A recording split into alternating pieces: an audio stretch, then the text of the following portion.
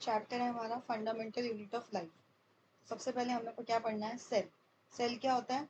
All living beings are composed of basic fundamental unit of life है, जिससे सारी चीजें बनी हुई है बॉडी की। So a cell is the structure and function unit of life. सबसे छोटी यूनिट बॉडी की क्या है? सेल। सेल का ग्रुप होता है टिश्यू। टिश्यू से क्या बनता है हमारे? ऑर्गन्स। ऑर्गन से क्या बनता है? सिस्टम बनता है। तो इसलिए ये क्या है? Basic fundamental unit of life है। Structural and function unit of living organism भी उसको कहते हैं। अब डिस्कवरी ऑफ सेल 1665 में रॉबर्ट हुक ने सबसे पहले डिस्कवर किया सेल। रॉबर्ट हुक ने क्या किया? एक थिन स्लाइस ऑफ कॉर्क लिया और उसको क्या किया? ऑब्जर्व किया एक माइक्रोस्कोप में, जिसमें उन्हें क्या दिखा? हनी कॉम लाइक स्ट्रक्चर दिखा, जिसमें कुछ कंपार्टमेंट्स थे, जिसको उसने नाम दिया सेल। और 1831 में रॉबर्ट ब्राउन ने न्यूक्लियस को डिस्कवर किया। रॉबर्ट ब्राउन ने न्यूक्लियस को डिस्कवर किया। 1855 में विर्को ने एक्सपेंड करी cell theory by suggesting that all cell arise from pre existing cell. Virchow ने क्या किया? एक्सपेंड किया सेल थ्योरी कि जितने भी सेल हैं वो प्री एग्जिस्टिंग सेल से अराइज हुए हैं, डिराइव हुए हैं। Egg of an ostrich is the largest known cell of the living animal and an average egg is 15 centimeter long and 13 centimeter wide. Ostrich का जो सेल है वो सबसे बड़ा लार्जेस्ट नोन सेल है लिविंग एनिमल्स का। ठीक है। Organism made of only one cell, उनको क्या बोलते हैं? Unicellular organism. जो सिर्फ, यूनि मतलब वन, जो सिर्फ एक सेल से बने हो, जैसे example amoeba, paramecium, bacteria. Organism जो बहुत सारे सेल से मिलके बने उनको क्या बोलते हैं? Multi cellular organism. जैसे फंजाई हो गया, प्लांट हो गया, एनिमल्स हो गया, हम हो गए ह्यूमन बींग्स। नेक्स्ट है shape and size of cell. Shape और साइज जो फंक्शन सेल परफॉर्म करता है उसके अकॉर्डिंगली वेरी करता है। तो shape and size of cell are related to the specific function they perform. The shape of the cell may be variable, fixed भी होती है और चेंज भी होती रहती है। Various shape occurs in amoeba while fix shape of cell occur in most plant and animal. Variable shape किस में होती है? अमीबा भी, जबकि फिक्स शेप होती है प्लांट और एनिमल में। सेल स्फेरिकल भी हो सकते हैं, स्पिंडल शेप भी हो सकते हैं, इलोंगेटेड भी हो सकते हैं और ब्रांच्ड भी हो सकते हैं। अब इसके बाद है structure of cell. Some of the main component of the cell. तीन चीजें हैं आपकी मेन कंपोनेंट में: plasma membrane, nucleus and cytoplasm. तो प्लाज्मा मेम्ब्रेन क्या है? It is semi permeable membrane. Plasma membrane है मेरी सेमी परमिएबल मेम्ब्रेन। ये आउटर मोस्ट लेयर है सेल की, जो सेपरेट करती है सेल के अंदर के कंटेंट को एक्सटर्नल एनवायरनमेंट से। ये किससे बनी होती है? लिपिड एंड प्रोटीन से। वेरी इंपॉर्टेंट कि किस चीज से बनी हुई है? ये बनी हुई है हमारी लिपिड एंड प्रोटीन से। आउटर मोस्ट लेयर है सेल की। अब इसका फंक्शन क्या है? It is a semi permeable nature. ये क्या है? सेमी परमिएबल मेम्ब्रेन भी बोलते हैं इसको, क्योंकि ये क्या करती है? परमिट करती है एंट्री एंड एग्जिट। मटेरियल कौन सेल के अंदर जाएगा, कौन सेल से बाहर आएगा, वो यही अलाउ और परमिट करती है। एक मैकेनिकल बैरियर की तरह एक्ट करती है और प्रोटेक्ट करती है इंटरनल कंटेंट को सेल के। ठीक है। अब कोई भी चीज सेल के अंदर जा रही है, बाहर जा रही है, तो उसमें भी क्या है? कोई प्रोसेस होता होगा। तो वही प्रोसेस है हमारा डिफ्यूजन एंड ओस्मोसिस। अब देखेंगे डिफ्यूजन में क्या होता है।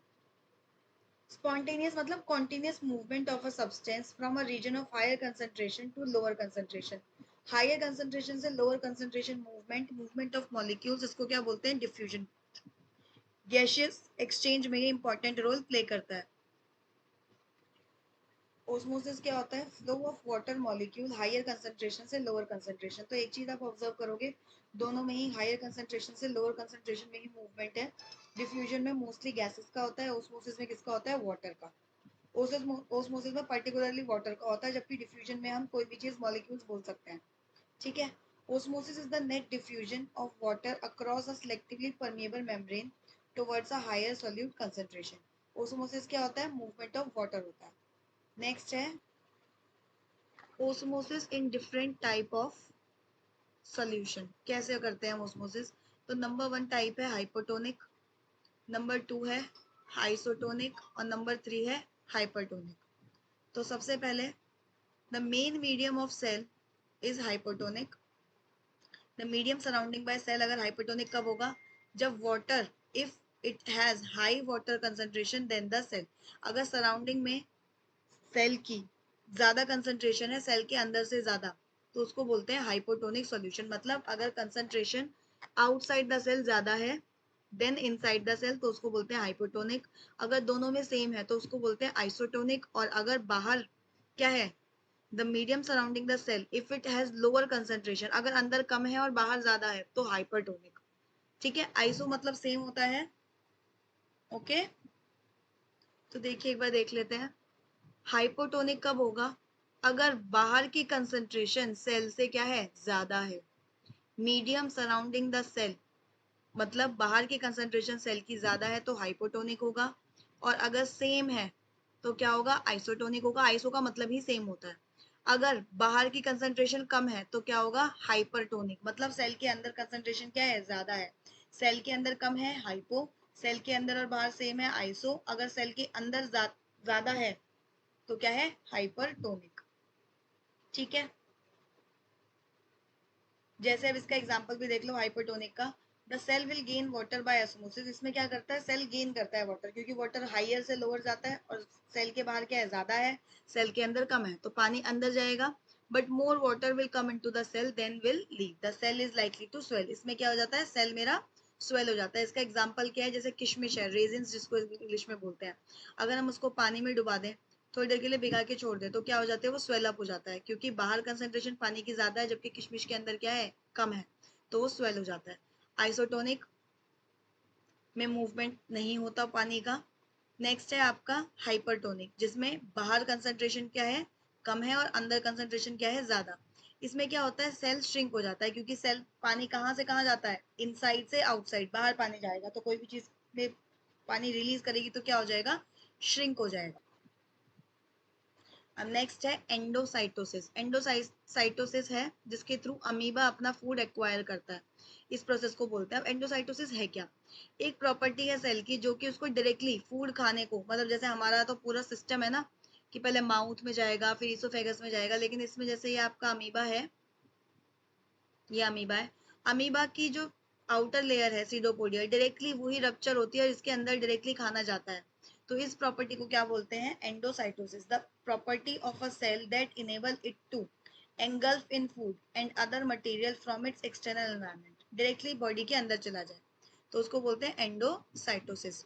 डिफ्यूजन किस में हेल्प करता है, diffusion help in gaseous exchange between the cell and to obtain nutrition from environment. अब नेक्स्ट टॉपिक है हमारा सेल वॉल। सेल वॉल क्या है, एक tough rigid non living covering है आउटसाइड प्लाज्मा मेम्ब्रेन। ये सिर्फ किस में प्रेजेंट होती है, प्लांट सेल में। ये सेल्यूलोज से बनी है, ये स्ट्रक्चरल स्ट्रेंथ देती है प्लांट्स को। ठीक है, तो फंक्शन क्या है सेल वॉल के, सेल वॉल करता है, it permit the cell of the plant fungi bacteria to withstand very dilute external media without bursting. मतलब ये क्या करती है, फंजाई बैक्टीरिया प्लांट्स को क्या करती है, परमिट करती है कि अंदर कौन सा आ सकता है, नहीं आ सकता, विदाउट बस्टिंग, बिना बस्ट हुए। ये क्या करता है, क्योंकि आउटर कवरिंग है तो ये प्रोटेक्ट करती है प्लाज्मा मेम्ब्रेन को और प्रिवेंट करती है desiccation and dryness in cell, मतलब सेल को खराब होने से बेसिकली प्रिवेंट करती है, प्रोटेक्ट करती है। नेक्स्ट है हमारा न्यूक्लियस। तो अब न्यूक्लियस क्या करता है देखते हैं जरा।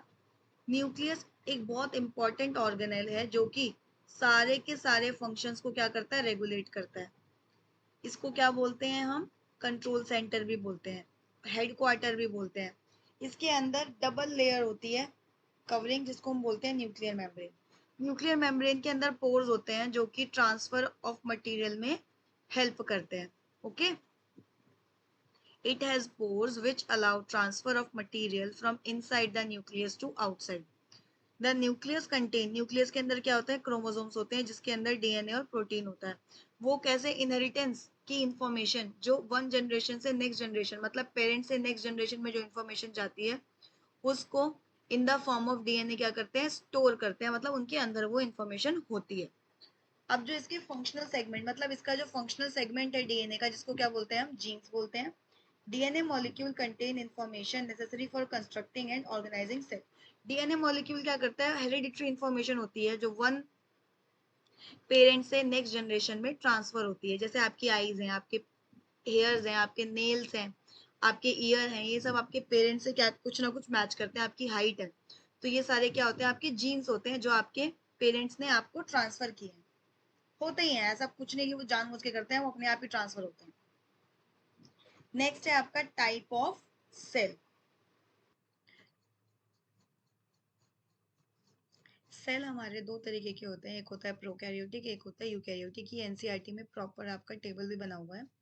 ये कैसे होते हैं? प्रिमिटिव सेल, पी से प्रोकैरियोटिक और पी से प्रिमिटिव। ये कैसे होते हैं? यूनिसेल्युलर होते हैं। Example blue green algae, bacteria. ये साइज में भी छोटे होते हैं, इनके अंदर न्यूक्लियस नहीं होता है। अब है यूकैरियोटिक। यूकैरियोटिक कैसे होते हैं? एडवांस्ड होते हैं और उनके अंदर न्यूक्लियस होता है। ये लिविंग ऑर्गेनिज्म है, वेदर दे आर यूनिसेल्युलर और मल्टीसेल्युलर। तो इसका एग्जांपल है फंजाई, प्लांट और एनिमल। अब फंक्शन क्या है न्यूक्लियस का? न्यूक्लियस क्या करता है? एक इम्पॉर्टेंट रोल प्ले करता है in determining the way the cell will develop, किस तरीके से सेल डेवलप होगा, ठीक है। और it help in transmission of hereditary traits. Traits मतलब जो भी कैरेक्टरिस्टिक है, पेरेंट से ऑफस्प्रिंग, मतलब बेबी जो न्यू बॉर्न बेबी होते हैं उसको ऑफस्प्रिंग बोलते हैं। तो पेरेंट से नेक्स्ट जनरेशन में हेरिडिटरी ट्रेट्स ट्रांसफर करने में हेल्प करता है। सेल्यूलर रिप्रोडक्शन में हेल्प करता है और मेटाबॉलिक एक्टिविटीज को कंट्रोल करता है। ये सारे काम किसके हैं? न्यूक्लियस के। आपको लर्न करने हैं ये अच्छे से। नेक्स्ट है आपका साइटोप्लाज्म। ये क्या होता है? फ्लूइड कंटेंट जो कि अंदर प्लाज्मा मेम्ब्रेन के फिल होता है। इट कंटेन, जितने भी सेल ऑर्गेनल्स होते हैं वो इसी के अंदर अपना फंक्शन परफॉर्म करते हैं। अब न्यूक्लियोइड क्या है? न्यूक्लियोइड अनडिफाइंड न्यूक्लियर रीजन है जो किसमें होता है? प्रोकैरियोटिक सेल्स में, जैसे बैक्टीरिया जिसके अंदर सिर्फ न्यूक्लिक एसिड होता है। अब साइटोप्लाज्म का क्या फंक्शन है? ये स्टोर हाउस है molecules such as amino acid, glucose, vitamin. ये स्टोर करता है इन सबको। ये साइट है सर्टेन मेटाबॉलिक पाथवेज की, जैसे कि ग्लाइकोलिसिस। अब है आपका सेल ऑर्गेनल्स। सेल ऑर्गेनल्स कौन से होते हैं? वो स्ट्रक्चर जो सेल के अंदर होते हैं। ये मेम्ब्रेन बाउंड स्ट्रक्चर्स होते हैं जो परफॉर्म करते हैं very crucial function in cell. Some important cell organelles का नाम मैं बता देती हूँ। Endoplasmic reticulum, Golgi apparatus, lysosomes, mitochondria, plastid and vacuole. इन सब के बारे में हम डिटेल्स में पढ़ेंगे। ये आपको डायग्राम दे रखा है प्लांट सेल एनिमल सेल का, ये आपका आता है पेपर में, तो आप अच्छे से इसको प्रिपेयर कर लेंगे। अब है आपका एंडोप्लाज्मिक रेटिकुलम। अब है हमारा endoplasmic reticulum. It is a large network of membrane bound tubes and sheets similar in structure to plasma membrane. Plasma membrane जैसी दिखाई देती हैं। दो तरीके के होते हैं बेसिकली एंडोप्लाज्मिक रेटिकुलम, एक रफ एंडोप्लाज्मिक रेटिकुलम, एक smooth endoplasmic reticulum. Rough endoplasmic reticulum में क्या होता है? उसके सरफेस पे राइबोसोम्स होते हैं जिसकी वजह से वो रफ हो जाता है, और इसके अंदर राइबोसोम्स नहीं होते हैं स्मूथ में, तो वो स्मूथ एंडोप्लाज्मिक रेटिकुलम कहलाता है। रफ एंडोप्लाज्मिक रेटिकुलम को हम RER बोलते हैं, स्मूथ एंडोप्लाज्मिक रेटिकुलम को SER बोलते हैं। RER has ribosomes. राइबोसोम्स क्या करते हैं? वो प्रोटीन मैन्युफैक्चर करते हैं attach to its surface, hence its appear to be rough. Function of endoplasmic reticulum क्या फंक्शन है? Smooth endoplasmic reticulum manufacture of fat molecules और lipid, manufacture of fat molecule और लिपिड में हेल्प करते हैं। Endoplasmic reticulum इसमें किस में हेल्प करता है? Help in transport of material, help करता है बिटवीन साइटोप्लाज्म एंड न्यूक्लियस, ठीक है। ER also function as cytoplasmic framework providing surface of some of the biological activities of cell।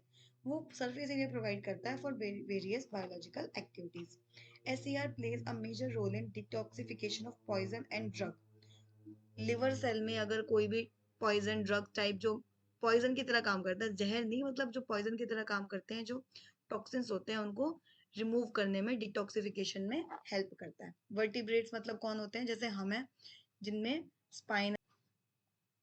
Next है मेम्ब्रेन बायोजेनेसिस। क्या होता है? मेम्ब्रेन बायोजेनेसिस एक process है of building the cell membrane with the aid of protein and lipid. Protein और lipid की help से ये बनाना। नेक्स्ट है आपका गोल्जी एपरेटस। गोल्जी एपरेटस एक नेटवर्क है मेम्ब्रेन बाउंड वेसिकल्स का, इसको बोलते हैं सिस्टन, जो एक दूसरे के पैरेलली अरेंज होते हैं, ठीक है।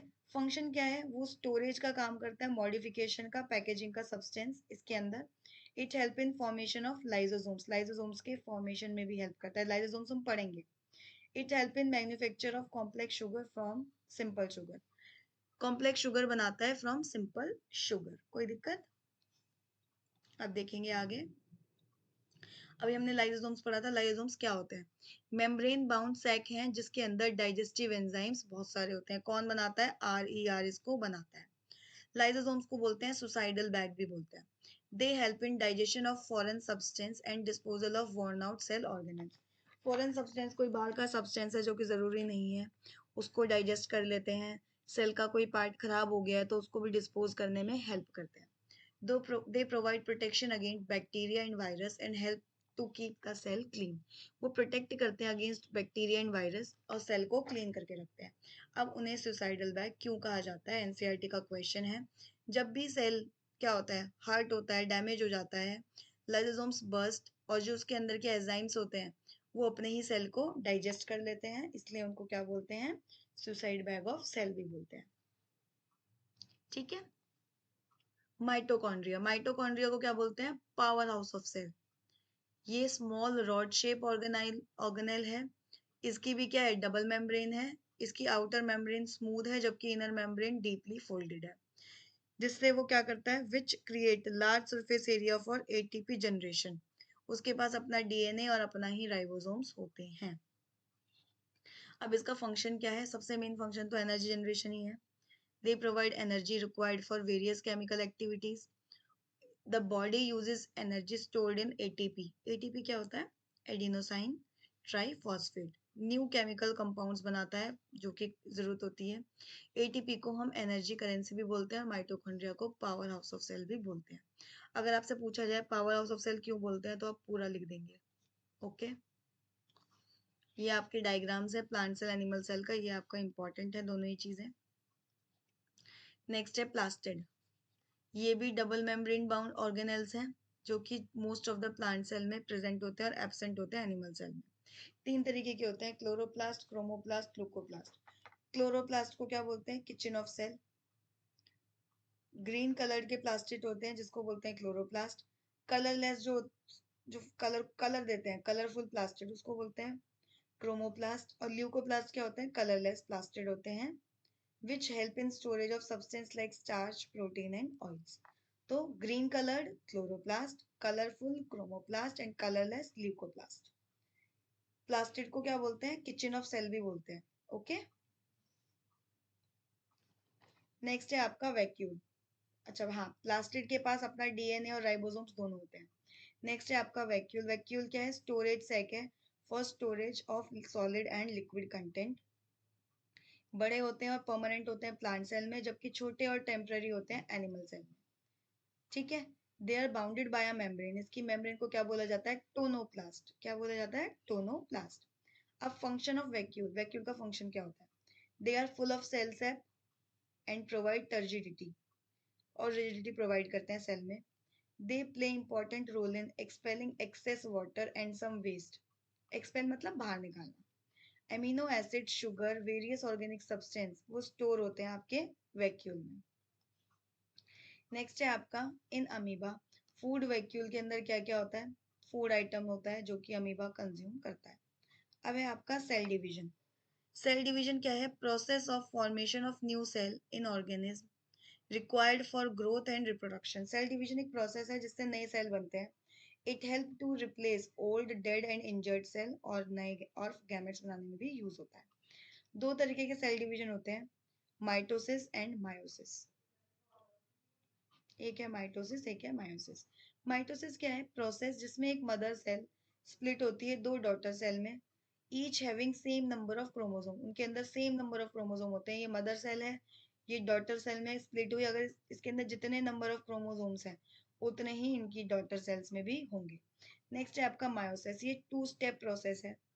मदर सेल स्प्लिट करती है 4 डॉटर सेल में, और कितने होते हैं इसमें, आधे क्रोमोसोम्स होते हैं मदर सेल के कंपैरिजन में। ये किस में हेल्प करती है, फॉर्मेशन ऑफ गैमेट में हेल्प करती है, which after fertilisation give rise to offspring. तो ये आपको याद होना चाहिए। माइटोसिस क्या है, 1 प्रोसेस है। ये क्या है, 2 स्टेप प्रोसेस है। नंबर ऑफ क्रोमोसोम सेम होते हैं।